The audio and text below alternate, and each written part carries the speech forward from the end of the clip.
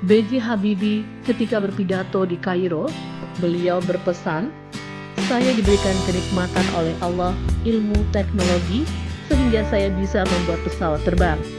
Tapi sekarang saya tahu bahwa ilmu agama itu lebih bermanfaat untuk umat. Kalau saya disuruh memilih antara keduanya, maka saya akan memilih ilmu agama." Sepi penghuni, istri sudah meninggal.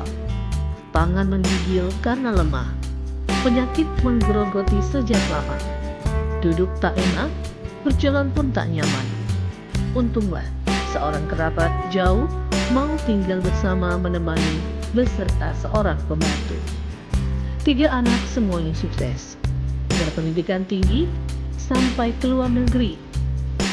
Ada yang sekarang berkarir di luar negeri, ada yang bekerja di perusahaan asing dengan posisi tinggi, dan ada pula yang menjadi pengusaha. Soal ekonomi saya angkat 2 jempol, semuanya kaya raya. Namun saat tua seperti ini, dia merasa hampa, ada pilu mendesak di sudut hatinya. Tidur tidak nyaman, dia berjalan memandangi foto-foto masa lalunya ketika masih perkasa dan energik yang penuh kenangan. Di rumah yang besar, dia merasa kesepian, tiada suara anak, cucu, hanya detak jam dinding yang berbunyi teratur. Punggungnya terasa sakit, sesekali air liurnya keluar dari mulutnya. Dari sudut mata ada air menetas. Rindu dikunjungi anak-anaknya. Tapi semua anaknya sibuk dan tinggal jauh di kota atau negara lain.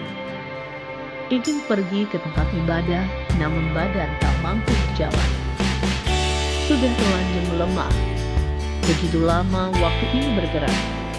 Tatapannya hampa, jiwanya kosong. Hanya gelisah yang menguap sepanjang waktu. Laki-laki renta itu barangkali adalah saya, atau barangkali adalah Anda yang membaca tulisan ini suatu saat nanti. Hanya menunggu sesuatu yang tak pasti. Yang pasti hanyalah kematian. Rumah besar tak mampu lagi menyenangkan hati. Anak sukses tak mampu lagi menyejukkan rumah mewahnya yang ber-AC. Cucu-cucu yang hanya seperti orang asing bila datang. Aset-aset produktif yang terus menghasilkan entah untuk siapa. Kira-kira jika malaikat datang menjemput, akan seperti apakah kematiannya nanti? Siapa yang akan memandikan? Di mana akan dikuburkan? Sempatkah anak kesayangan dan menjadi kebanggaannya datang mengurus jenazah dan menguburkan? Apa amalan yang dibawa ke akhirat nanti? Rumah akan ditinggal, aset juga akan ditinggal pula. Anak-anak entah apakah akan ingat berdoa untuk kita atau tidak. Sedang ibadah mereka sendiri saja belum tentu dikerjakan. Apalagi jika anak tak sempat dididik sesuai tuntutan agama. Ilmu agama hanya sebagai sisipan saja. Kalaulah sempat menyumbang yang cukup berarti di tempat ibadah, rumah yatim, panti asuhan, atau tempat-tempat di jalan Allah yang lain.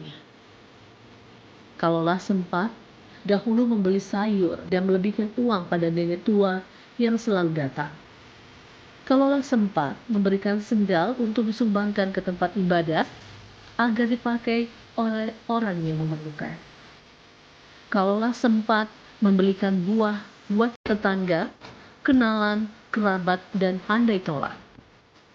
Kalaulah kita tidak kikir kepada sesama, mungkin itu semua akan menjadi amal penolongnya.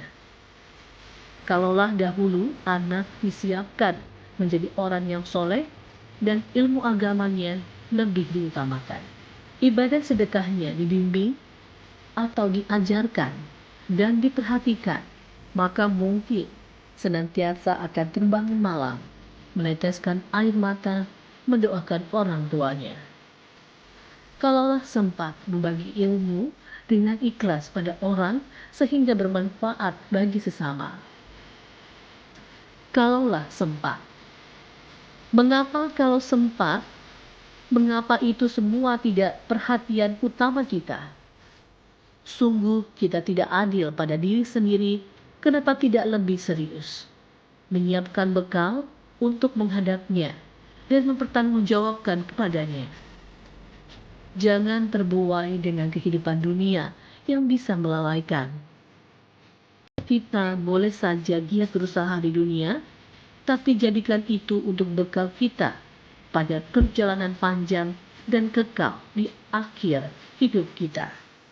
Teruslah menjadi si penabur kebajikan selama hayat masih dikandung badan, meski hanya sepotong pesan.